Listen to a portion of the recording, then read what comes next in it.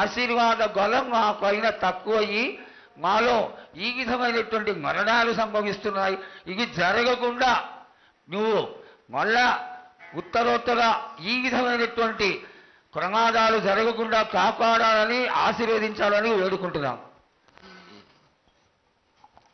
నాది మాత్రం కొద్దిగా ఉంటుందని అనుకుంటున్నారు, కానీ తప్పకుండా ఉంటుంది బాల. కానీ కాలం తీరిందంటే తప్పనిసరిగా ఎవరేది అనుభవించాలో అది తప్పనిసరిగా అనుభవిస్తారు బాలక. నేను మాత్రం దానికి అడ్డురాను బాలక. నా అయ్య చెప్పిందైనా కానీ తప్పనిసరిగా పాటించాలి అని. కానీ మీరు కూడా నాకు సంతోషపెట్టడమేగా, సక్రమంగా పూజలు జరిపించండి, కొద్దిగైనా నాకు రక్తం చూపించండి. ఇది వరకు నేను చేసిందంతా మీరు సంతోషంగానే అందుకుంటున్నానే. కానీ మీరు ఏడేడు వాగ్దానం తీసుకుంటారు, కానీ మీకే సరిపోతున్నాయి కదా. అట్లా ఏం లేదు తల్లి. నా రూపాన్ని కూడా మీరు అడ్డుపడుతున్నారు మీరు. కానీ ఇది వరకు నేను శాంతంతో నిన్ను కడుపులో పెట్టి కాపాడుతున్నాను. ఈ ఏడు జరిపించలేకపోతే నేను మాత్రం ఎవరెవరు అడ్డుపడుతారో వారికి నేను రక్తం గక్కేలా నేను చేస్తాను. కానీ మళ్ళీ నన్ను నిందించద్దు. నాకు లేదు లేదు తల్లి, ఏనాటికి జరగని కొలది నీ ఆశీర్వాద గొలవే లేకపోతే మేమెంతటి వాళ్ళం. పూజలు పునస్కారాలు నీకు ఆనందపడేటువంటి విషయంగా ఖచ్చితంగా చేయిస్తాను తల్లి. అదేవిధంగా నా బాలులందరికీ ఒకటి విజ్ఞప్తి చేస్తున్నాను బాలక్క. నన్ను కొల్చేవారే కాదు, నా అలంకరణ చేసేవాళ్ళు కానీ నా ముందుండే వాళ్ళే కానీ నాకు మాత్రం తప్పనిసరిగా విధి విధానంగా నాకు జరిపించండి. అమ్మా తప్పకుండా చేస్తాను తల్లి.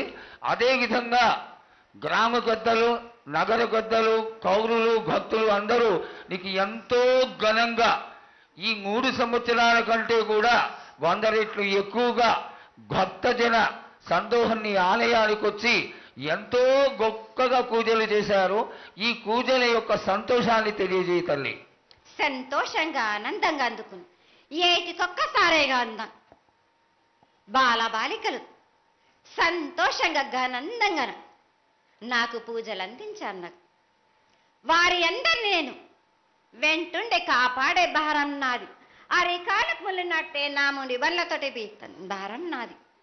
తప్పకుండా తల్లి. నా గ్రామ ప్రజలందరే కాదు, నన్ను కొలిచేవారు నా కొల్లారే కాదు, నా కజల్లలందరూ కూడా సమానంగా చూసుకునే భారం నాకు.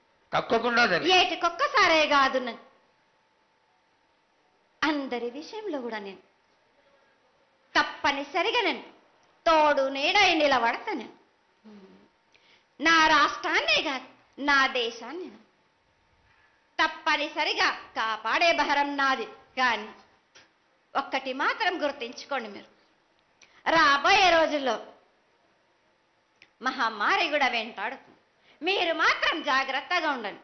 మీరు పాటించవలసినవి పాటించండి. అగ్ని ప్రమాదాలు కూడా జరుగుతాయి. వీటి గురించి కూడా తప్పనిసరిగా ముందే హెచ్చరిస్తున్నా నేను. తప్పకుండా తల్లి. అదేవిధంగా పోయిన సంవత్సరం నువ్వు చెక్కినట్టుగా వర్షాలు చాలా చక్కగా కొడతాయి. పాడికొండలు సస్యవృద్ధి చాలా బాగుంటుంది అని తెలియజేశావు. ఈ సంవత్సరం రాబోయే సంవత్సరంలో ఎంత ఆనందంగా ఉంటుంది, ఆనందంగా ఉండడానికి నువ్వు ఏం ఆశీర్వదిస్తావు తల్లి? ఈ ఏడు వర్షాలు తప్పగా కురుస్తాయి. పాడి పంటలు కూడా సమృద్ధిలా ఉండే చూసే భారం నాది. మీరు మాత్రం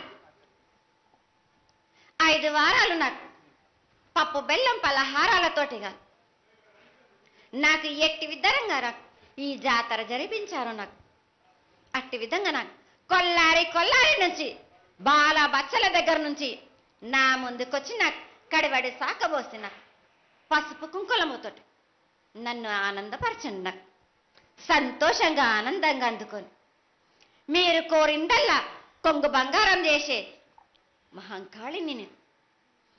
అమ్మా నువ్వు ఆ ఈశ్వరుడికి చెంగడి నీళ్ళు ఎంత సంతోషమో ఆ విధంగా సంతోషం అయినటువంటి తల్లి కాబట్టి నీకు ప్రతి ఒక్క ఇంటి నుంచి శాఖలు సమర్పించడం ఎంత గొప్ప విశేషం తల్లి. నిరాడంబరతకి ఇది నీ యొక్క గొప్పతనం తల్లి.